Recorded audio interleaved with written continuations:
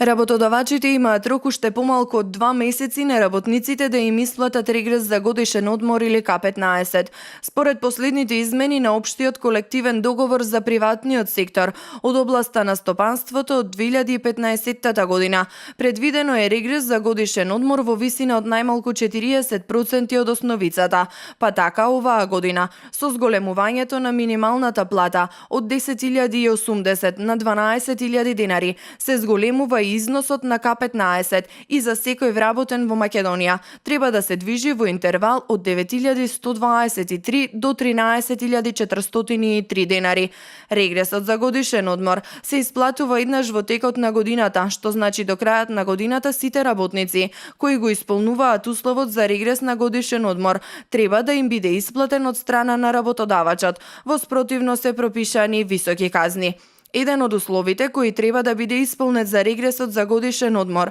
е работникот да работел најмалку 6 месеци во календарската година кај ист работодавач. Обврска за исплата на К15 имаат сите работодавачи од приватниот сектор, а оние кои нема да го исплатат, освен со парична, може да се соочат и со казна затвор. Но од друга страна пак кај работодавачите кај кои настанале потешкотии во работењето, ценејќи ја економско-финансиската состојба на работодавачот, задолжителна претходна консултација со синдикатот на ниво на гранка, односно оддел, со спогодба подпишана од работодавачот и репрезентативната синдикална организација, може да се утврди регрес за годишен одмор во помал износ од износот утврден со колективниот договор. Кај работодавачите во кои нема формирано синдикат, спогодбата се подпишува со избран представник од работниците.